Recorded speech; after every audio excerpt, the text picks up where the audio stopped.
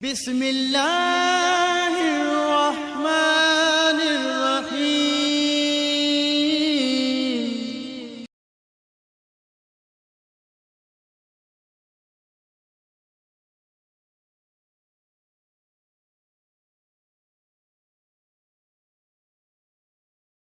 اگر آپ نے ابھی تک ہمارے اس چینل کو سبسکرائب نہیں کیا تو سبسکرائب کیجئے ہمارے اس چینل کو اور دبا دیجئے اس بیل آئیکن کو ہماری لیٹسٹ ویڈیو سب سے پہلے دیکھنے کے لیے۔ ونصلي على رسوله الكريم أما بعد فأعوذ بالله من الشيطان الرجيم بسم الله الرحمن الرحيم۔ محترم سامعین، السلام علیکم ورحمۃ اللہ وبرکاتہ۔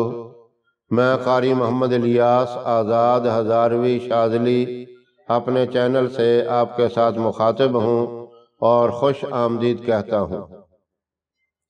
آج میں آپ سے ایسی ایک بات شیئر کرنا چاہتا ہوں جو آپ کے بڑے سے بڑے کوئی کام رکے ہوں، بہت بڑا آپ کا کوئی مقصد ہو یا کوئی بہت بڑا معاملہ ہو جو حل نہیں ہو رہا، اس کے لیے صلاۃ حاجت یعنی 2 رکعت نماز صلاۃ الحاجت آپ نے پڑھنی ہے۔ اب اس نماز کے پڑھنے کا آپ طریقہ اچھی طرح سمجھ لیں۔ اگر آپ اسے صحیح طریقے کے ساتھ، مکمل یقین کے ساتھ اور پورے اعتماد کے ساتھ پڑھ لیں تو انشاءاللہ آپ کا بڑے سے بڑا کام جو رکا ہوا ہے اس کی برکت سے حل ہو جائے۔ اب توجہ سے سنیں۔ پہلی بات تو یہ ہے کہ یہ 2 رکعت نماز نفل جو پڑھنی ہے آپ نے، اس کا ٹائم کوئی بھی نہیں، جب آپ کا جی چاہے پڑھ سکتے ہیں، سوائے مکروہ ٹائموں کے آپ جب چاہے پڑھ سکتے ہیں۔ مکروہ ٹائم آپ کو پتہ ہے، سورج نکلتے وقت نماز پڑھنا منع ہے، اور جب سورج دوپہر کے وقت عین سر کے اوپر ہوتا ہے اس وقت سجدہ منع ہے۔ نفلی نماز کوئی بھی ہے، فرض نماز جس طرح کی بھی نماز ہو، نماز منع ہے۔ اور اسی طرح شام کو سورج جب غروب ہوتا ہے تو اس وقت، بلکہ عصر سے لے کر مغرب تک آپ کوئی نفلی نماز نہ پڑھیں۔ ان ٹائموں کے علاوہ آپ جب چاہیں پڑھ سکتے ہیں۔ اس نماز کی نیت عام نمازوں کی طرح ہی کرنی ہے۔ نیتیں آپ کو پتہ ہے ایک ہی طرح کی ہوتی ہے، صرف نام لینا پڑتا ہے۔ آپ فجر کی نماز پڑھتے ہیں، اس میں فجر کا نام لیتے ہیں، ظہر کی پڑھتے ہیں ظہر کا لیتے ہیں، عصر کی پڑھتے ہیں عصر کا لیتے ہیں۔ اسی طرح یہ نماز آپ نے صلاۃ حاجت کہہ کے نیت کرنی ہے۔ 2 رکعت نماز حاجت، صلاۃ بھی نماز کو کہتے ہیں، اور اپنی حاجت یعنی ضرورت، جو آپ کی حاجت ہے، جو ضرورت ہے، اس کو ذہن میں رکھ کے پڑھیں۔ 2 رکعت نماز صلاۃ حاجت، باقی وہی میں پڑھتا ہوں خاص واسطے اللہ کے لیے، یا پڑھتی ہوں خاص واسطے اللہ کے لیے، منہ میرا خانہ کعبہ کی طرف، اللہ اکبر۔ تو اس میں یہ خیال کرنا ہے کہ پہلی رکعت کے اندر سورہ فاتحہ کے بعد آپ نے آیت الکرسی پڑھنی، اور دوسری رکعت میں سورہ فاتحہ کے بعد آپ نے سورہ اخلاص یعنی قل هو اللہ احد پڑھنی۔ اس طرح 2 رکعت مکمل کرنے کے بعد جب آپ سلام پھیر چکے، سلام پھیرنے کے بعد یا ہادیو، ایک سانس میں جتنی مرتبہ پڑھ سکے وہ پڑھنا ہے۔ یا ہادیو یا ہادیو یا ہادیو یا ہادیو، اس طرح آپ پڑھتے جائیں۔ جب سانس ٹوٹ جائے اس وقت آپ فوراً سجدے میں چلے جائیں۔ سجدے میں جا کر پہلے آپ 7 مرتبہ درود ابراہیم پڑھیں، اور پھر اللہ کی بارگاہ میں جو آپ کی حاجت ہے وہ پیش کر دیں۔ بڑی عاجزی اور انکساری میں اپنی زبان میں اس حاجت کو پیش کریں۔ آپ اردو جانتے ہیں، اردو زبان میں پیش کریں۔ آپ پشتو جانتے ہیں، پشتو زبان میں پیش کریں۔ آپ کی سندھی، بلوچی، مکرانی کوئی زبان ہے، انگلش بولتے ہیں، آپ اپنی اس زبان میں اپنی حاجت اللہ کی بارگاہ میں پیش کریں، اور اس کے بعد پھر آخر میں 7 مرتبہ درود ابراہیم پڑھ کر آپ سجدے سے سر اٹھا لیں۔ وہ آپ کی حاجت پیش کرنا وہ پوری ایک دعا ہوگی، اور اس کے اول آخر 7 مرتبہ درود ابراہیم پڑھا جائے گا۔ انشاءاللہ یہ عمل آپ کریں گے تو اس کا فائدہ آپ فوراً ہی محسوس کریں گے۔ آپ کے دل کے اندر بات اترنا شروع ہو جائے گی کہ میری یہ درخواست اللہ کی بارگاہ میں پہنچ گئی، میرا کنیکشن اللہ کے ساتھ جڑ گیا۔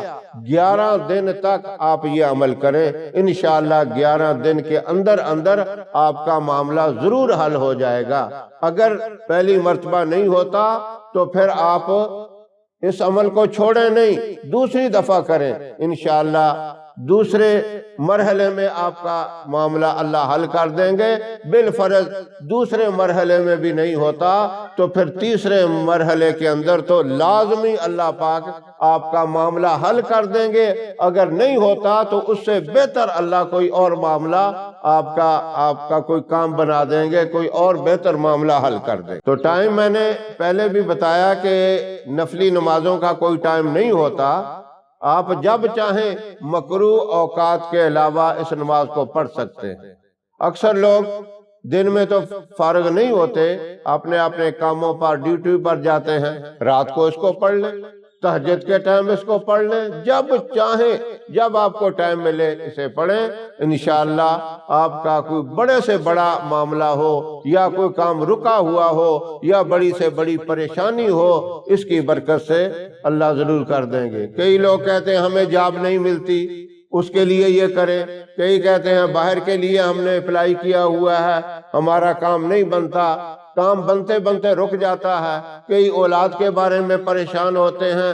جس مقصد کے لیے بھی یہ نماز آپ پڑھیں گے، انشاءاللہ اللہ آپ کا وہ مقصد پورا کریں گے۔ اب وظیفہ میں آپ کے سامنے دوبارہ پیش کرتا ہوں، اسے اچھی طرح سمجھ لیں، اور میری یہ بھی درخواست ہے کہ آپ ہماری ویڈیو کو مکمل طور پہ ابتدا سے آخر تک دیکھیں، تو پھر آپ کو پوری بات سمجھ آئے گی۔ ایک دفعہ نہیں آتی، دوسری دفعہ دیکھ لیں۔ میں اس لیے یہ کہتا ہوں کہ آپ کو بار بار کال کر کے پوچھنا نہ پڑے، ایک ہی دفعہ بات سمجھ میں آ جائے۔ 2 رکعت نماز صلاۃ حاجت، بڑے سے بڑا آپ کا کوئی معاملہ رکا ہوا ہے، کوئی معاملہ حل نہیں ہو رہا، کوئی بڑی سے بڑی پریشانی ہے، وہ کسی معاملے کی بھی ہو، کاروبار کے متعلق ہو، اولاد کے متعلق ہو، کوئی جاب کے متعلق ہو، جس طرح کی بھی پریشانی ہو، اس کو ذہن کے اندر رکھ کر آپ نے 2 رکعت نماز صلاۃ حاجت پڑھنی ہے۔